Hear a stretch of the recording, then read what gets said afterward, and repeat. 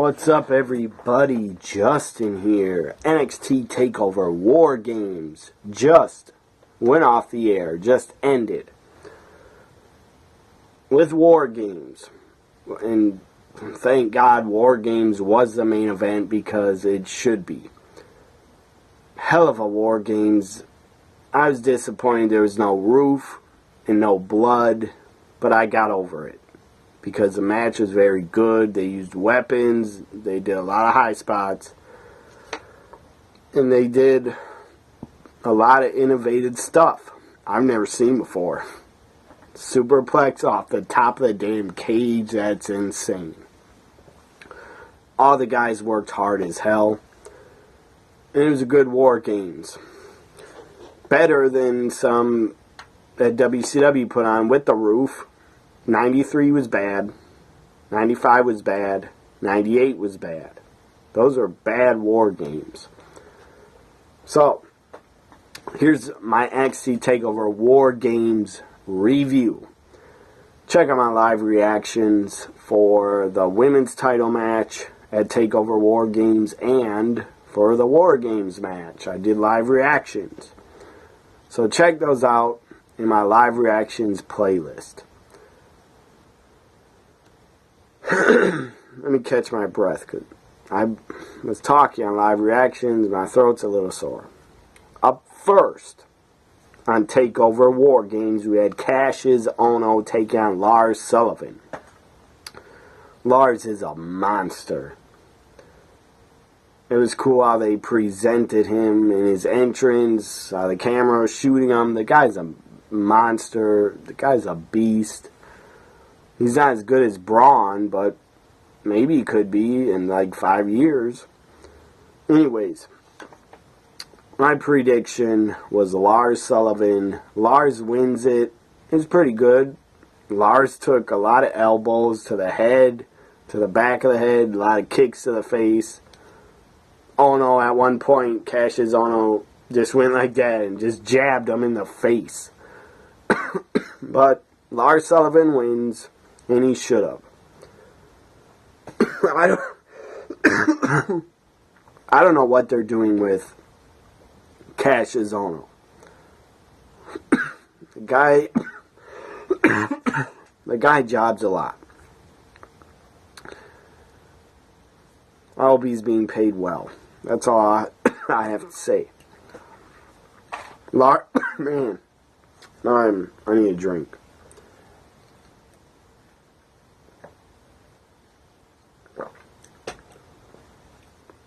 Lars Sullivan wins. Very short match. Like 8 minutes. Maybe 10 minutes. Maybe. Lars wins my prediction. Up next. Very good match. If it wasn't for the WarGames, this would have been the match of the show.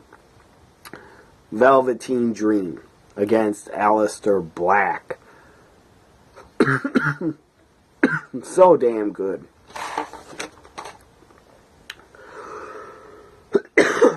Really good. At one point, Velveteen Dream, during his entrance, takes off his chaps. Yes, he's wearing chaps. Thank God they weren't assless chaps, but he's wearing chaps. Takes them off. Has like Rick Rude inspired wrestling tights. Spray painted Aleister's Black on one side of his leg, and on the other side is the Velveteen Dream's face. That was epic. That was great. So Velveteen Dream with the Rick Rude inspired gear. That was awesome. And at one point during the match, he even started doing this. I'm not going to stand up and do it, but that was great. A lot of... If I can stop coughing. My throat's just sore. I apologize for coughing. Velveteen Dream. Aleister Black. During this match, they had a lot of near falls.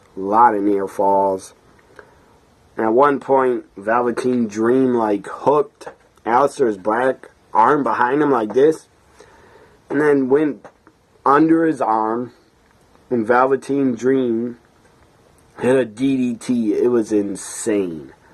Very innovative DDT. I've never seen anybody in wrestling do it like that.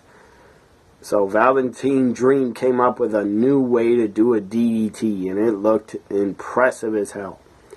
And it was pretty damn awesome.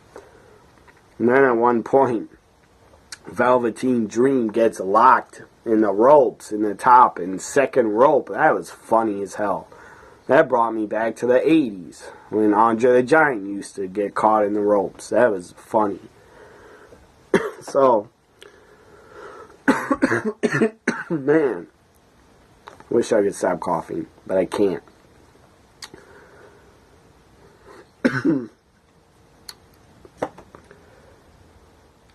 At one point, after he got tied in the ropes, gets out, he super kicks Black. That was awesome. Black kicks out. Anyways, Aleister Black wins. I predicted he would win. Great match. Very good match. It was the best singles match of the show, but not the best match. WarGames was the best to me, but the best singles match of the show. After it, Aleister Black gets on the mic and says, the crowd during the match, or after, the crowd was chanting, say his name, say his name. And then Aleister Black says, he finally says his name, Velveteen Dream. So that was cool. Up next, we had Fatal 4-Way for the NXT Women's title. Fatal 4-Way. Winner becomes the new NXT Women's Champion because the title is vacated. Nikki Cross, Kairi Sane, Ember Moon, Peyton Royce. I predicted Peyton Royce would win. She didn't, but she was very close. Very good Fatal 4-Way. I enjoyed it. I wanted Peyton to win, but I thought if Peyton doesn't win, Ember Moon's going to win. And I said during my live reaction, out of the 4 women, whoever wins, I would be happy with them as champion, because all 4 of them are damn good. Ember Moon. Finally, Ember Moon wins a big one. Ember Moon is a new NXT Women's Champion. That's awesome. I'm a fan of hers. She's very good. She won it in her hometown, home state of Texas. So congratulations to Ember Moon. She will be a fine women's champion for NXT. She couldn't beat Asuka, but she'll be a fine women's champion. Asuka shows up, takes the title from William Regal, presents it in the ring like passing a torch. Asuka gives a title to Ember Moon. That is very cool. That was a great moment. So, Ember Moon is your new women's champion. I have no problem with it at all. Up next there was a dark match, by the way, that will be on NXT TV Wednesday. It was Pete Dunne defending the UK title against Johnny Gargano. I'm not going to read the spoilers. I don't want to know who wins because I'll watch it on Wednesday. I'm sure Pete Dunne, I don't see him losing. So up next was the NXT Championship. Drew McIntyre against Andrade C. Almas with Selena Vega.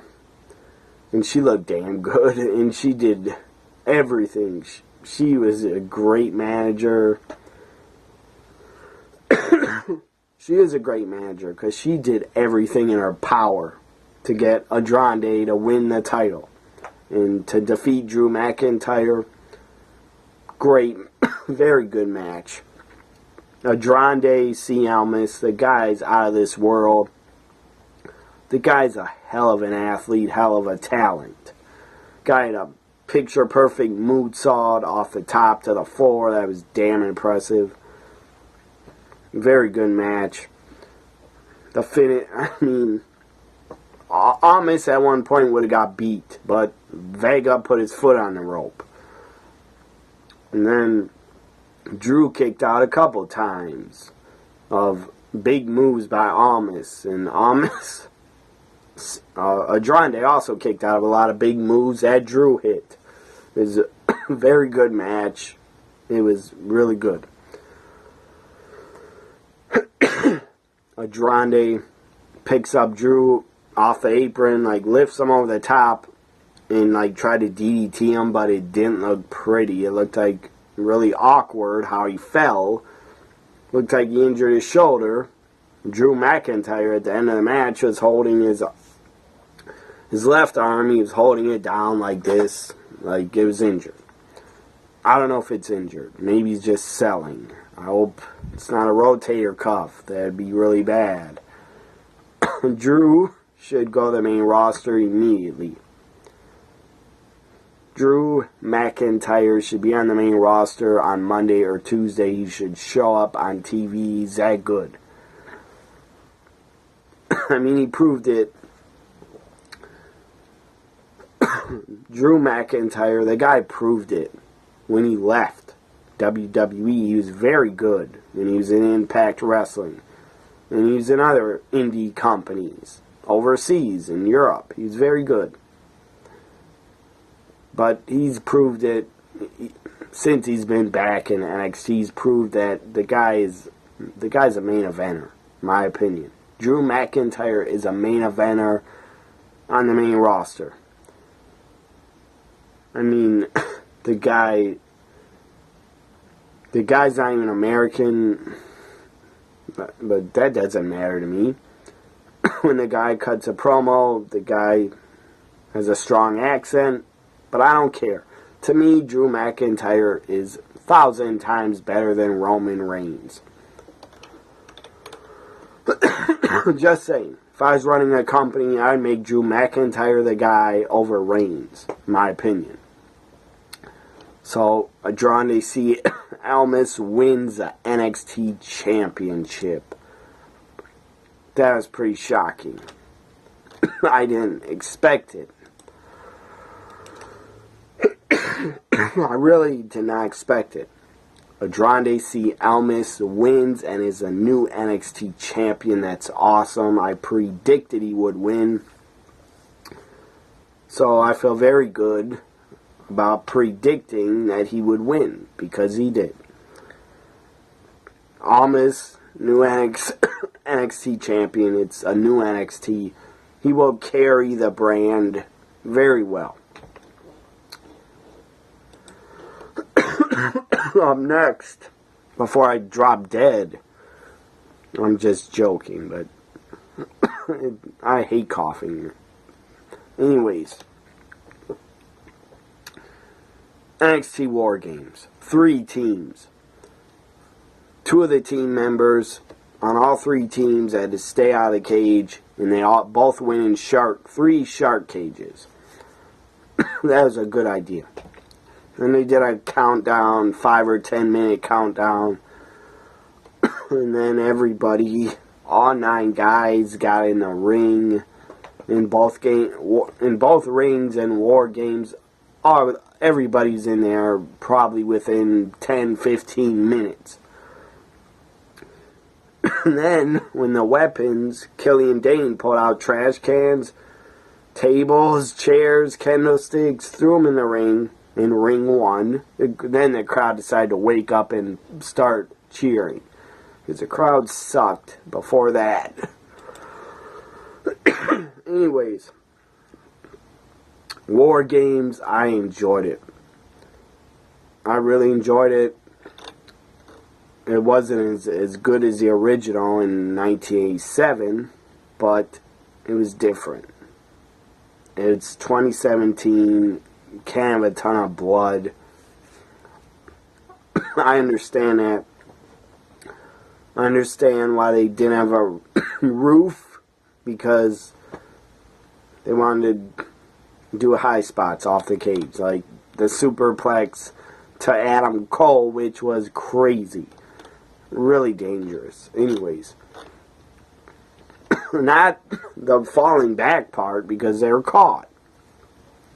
But the freaking climbing up there trying to balance, and that's dangerous. Both of them could have slipped or fell or something. Even though Cole was holding onto that cable, and I don't know how strong that damn cable was. I was worried for Adam Cole. Anyways, very good War Games. All three teams were great together, had great chemistry. The action was great. The high spots were great. The weapons use was great. The winners were great. Undisputed Era wins. I predicted they would. So every prediction I got right. Every prediction I got right, except for the women's Fatal 4-Way, I got wrong. As I said, women's Fatal 4-Way, I had Peyton Royce. Sadly, she lost. But I had Lars, he won. I had Aleister Black, he won. I had Andrade Almas, he won. And I had Undisputed Era, they won. This TakeOver War Games final grade, to me, is an A. It gets an A. For 2 title changes. We had 2 title changes. And we had Velveteen Dream, Aleister Black tear the house down. That was a great match. 2 title changes, and Drew McIntyre and Andrade tore the house down also. So every match on the show was pretty damn entertaining. The only match that was kind of slow was Lars Ono, but it was still good. Anyways, TakeOver War Games grade is an A. Gets an A from me. I'm gonna have to watch War Games back on the network, because I enjoyed it. Tomorrow is Survivor Series. I'll be back with a Survivor Series review. I'll also do live reactions. Bye for now, everybody. TakeOver War Games gets an A. I thought it was very good. Bye for now.